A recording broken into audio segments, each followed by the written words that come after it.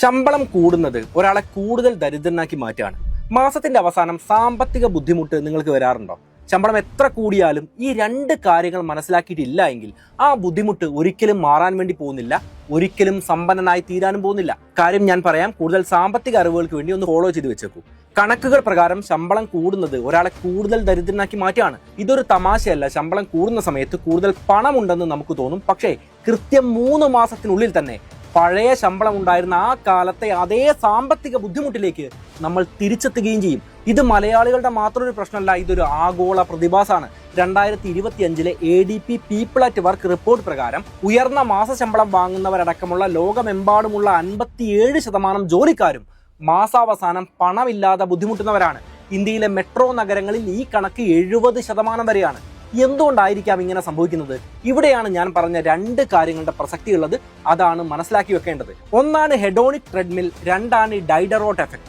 നമ്മുടെ തലച്ചോറ് ശരിക്കും ഡോപ്പമിൻ എന്ന ഹോർമോണിന്റെ അടിമയാണെന്ന് പറയാം. അതാണ് ഹെഡോണിക് ട്രെഡ്മിൽ എന്ന സൈക്കോളജിക്കൽ എഫക്ട്. നമ്മളൊരു പുതിയ ലക്ഷറി കാർ വാങ്ങുന്നു എന്ന് സങ്കല്പിക്കുക. അപ്പോൾ ലഭിക്കുന്ന ആവേശമല്ലേ 3 മാസം മാത്രമേ നിലനിൽക്കൂ. അതിനുശേഷം ആ കാറ് നമ്മുടെ വെറും ഒരു സാധാരണ വാഹനമായിട്ട് മാറും.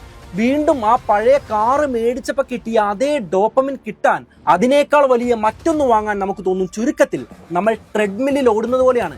എത്ര വേഗത്തിൽ ഓടിയാലും സാമ്പത്തികപരമായിട്ട് ഒരേ സ്ഥലത്ത് തന്നെയായിരിക്കും നമ്മുടെ സ്ഥാനം. കാശ് ഒരുപാട് നഷ്ടപ്പെടുകയും ചെയ്യും, വേണ്ട സന്തോഷമായിട്ട് കിട്ടുകയില്ല. അടുത്തതാണ് ഡൈഡറോട്ട് എഫക്ട്. നമ്മളൊരു പ്രീമിയം സ്മാർട്ട് ഫോൺ വാങ്ങുന്നു എന്ന് വിചാരിക്കുക. പിന്നെ പഴയ ലാപ്ടോപ്പ് കാണുമ്പോൾ ഒരു കുറവുള്ളതായിട്ട് നമുക്ക് തോന്നും. പിന്നെ നോക്കിയാൽ ഓഫീസ് ബാഗ് മാറ്റണമെന്ന് തോന്നും. അങ്ങനെ വരുമാനത്തിനനുസരിച്ച് നമ്മുടെ ചെലവ് കൂടുന്നതാണ്.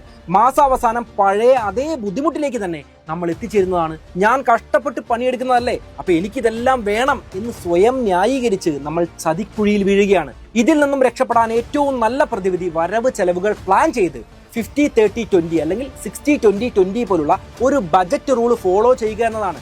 യഥാർത്ഥത്തിൽ പണക്കാരനാവാനുള്ള രഹസ്യം റൈസ് റീസെറ്റ് എന്ന രീതിയാണ്. നമുക്ക് ഒരു ശമ്പള വർധനവ് ലഭിക്കുന്ന അന്ന് തന്നെ ആ തുകയുടെ വലിയൊരു ഭാഗം ഓട്ടോമാറ്റിക് ആയിട്ട് ഒരു ഇൻവെസ്റ്റ്മെന്റ് അക്കൗണ്ടിലേക്ക് മാറുന്ന രീതിയിൽ സെറ്റ് ചെയ്യുക. പണം നമ്മുടെ അക്കൗണ്ടിൽ വരുന്ന അതേ സമയത്ത് തന്നെ അവ നിക്ഷേപത്തിലേക്ക് മാറണം. അതായത് യഥാർത്ഥ സമ്പത്ത് നമ്മൾ പുറമേ കാണിക്കുന്ന ആഡംബരമല്ല, മറിച്ച് നമ്മുടെ വരുമാനവും നമ്മുടെ അഹങ്കാരവും തമ്മിലുള്ള അകലമാണ്. മറ്റുള്ളവരെ കാണിക്കാൻ വേണ്ടി നമ്മുടെ ഭാവി പണയപ്പെടുത്തുന്നത് നിർത്തിയാൽ തന്നെ മാസാവസാനത്തെ ബുദ്ധിമുട്ടുകൾ ഇല്ലാതാക്കാം. പ്രോപ്പറായിട്ട് ബജറ്റിംഗ്, ഇൻവെസ്റ്റിംഗ്, പേഴ്സണൽ ഫൈനാൻസ് എന്നിവയൊക്കെ പഠിക്കണം എന്ന താല്പര്യമുള്ളവരുണ്ടെങ്കിൽ ഒന്ന് ഫോളോ ചെയ്ത് വെച്ചേക്കൂ. കൂടുതൽ കാര്യങ്ങൾ വഴിയേ പറയാം. മറ്റൊരു വീഡിയോയുമായി വീണ്ടും കാണാം.